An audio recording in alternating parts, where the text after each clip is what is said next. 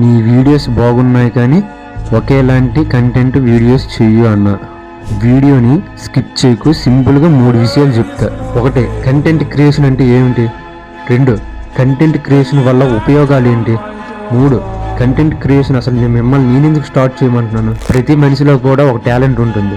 కొందరి దగ్గర ట్రావెలింగ్, కొందరి దగ్గర ఎడ్యుకేషన్, కొందరి దగ్గర ఫార్మింగ్. ఇలా ఒక్కొక్క కంటెంట్ని ఎంచుకుంటారు వాళ్ళు. కానీ నేను అలా కాదు, 3 కంటెంట్లని ఎంచుకున్నాను.